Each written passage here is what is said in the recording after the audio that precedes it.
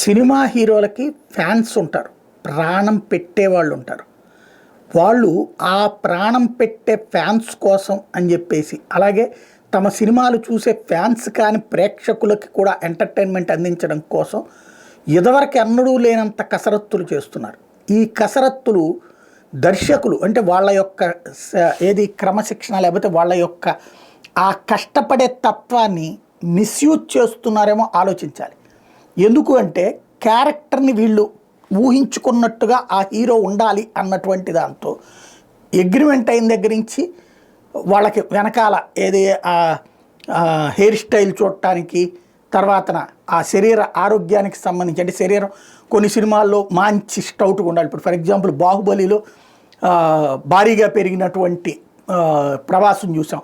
అదే సందర్భంలో ఆ స్థాయిలో కనబడేటటువంటి విధంగా ఉన్నటువంటి అనుష్కని చూసాం. అంతకుముందు సన్నగా ఉండేటటువంటి అమ్మాయి ఆ స్థాయిలోకి పెరగడం రాణాని చూసాం. ఆ తర్వాతన దాన్ని తగ్గించుకునే ప్రయత్నం చేస్తుంటే సక్సెస్ అవుతుంది.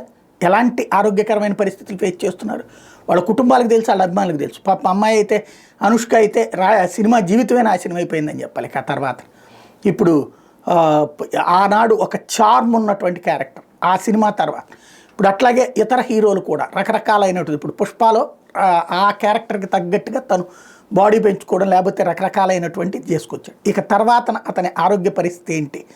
ప్రతి హీరో కూడా ఇప్పుడు ఆ ఆహార్యానికి తగ్గట్టుగా ఉండటం కోసం, న్యాచురల్గా ఉండటం కోసం బాడీ పెంచడం, బాడీ తగ్గించడం లాంటివి చేస్తే ఇది మన శరీరం అనేటటువంటిది దానంతటా అది నడిచిపోవాలి.